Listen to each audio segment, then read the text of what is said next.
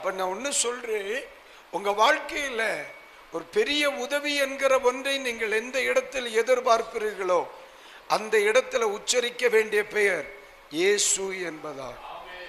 ஆமென். இயேசு எனக்கு உதவி செய்வார், இயேசு எனக்கு அற்புதம் செய்வார், இயேசு என்னை கைவிட மாட்டார், இயேசு என்னை தனியே விட மாட்டார். தைரியமா சொல்லுங்க. உங்க கூட ஒருத்தங்க இருக்கிறாங்க, அக்கா கவலைப்படாத, இயேசு உனக்கு உதவி செய்வார்.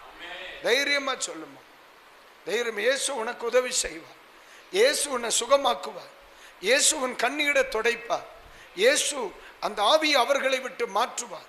குடிக்க பண்ணுகிற ஆவியை இயேசுவின் நாமத்தில் அவர் மாற்றுவார், இயேசு மாற்றுவார், இயேசு விடுவிப்பார்.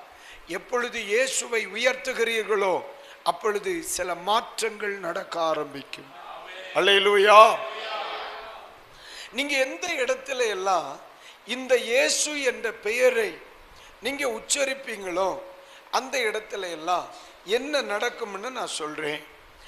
மத்தேயு சுவிசேஷம் 28ஆம் அதிகாரம், மத்தேயு சுவிசேஷம் 28ஆம் அதிகாரம் அதனுடைய கடைசி வசனத்தை படி பாருங்க. நான் உங்களுக்கு கட்டளையிட்ட யாவையும் அவர்கள் கை கொள்ளும்படி அவர்களுக்கு உபதேசம் பண்ணுங்கள். இதோ இந்த வார்த்தை கவனிக்கா, உலகத்தின் முடிவு பரியந்தமும் சகல நாட்களிலும் நான் உங்களோடு கூட இருக்கிறேன். சொல்லுங்க, உங்களோடு கூட இருக்கிறேன். ஆமென். எப்ப இந்த பெயரை நீங்க விசுவாசிக்கிறீங்களோ, எப்ப இந்த பெயரை நீங்க உச்சரிக்கிறீங்களோ, எப்ப இந்த பெயரை நீங்கள் மகிமைப்படுத்துகிறீர்களோ அப்ப நீங்க புரிஞ்சுக்கிடணும், வேதம் சொல்லுகிறது நான் உங்களுடனே கூட இருப்பேன். அவ்வளவுதான். அல்லேலூயா. நீங்க ஒருவேளை நினைக்கலாம், எனக்கு யாருமே இல்லை பாஸ்டர். இயேசு இருக்கா?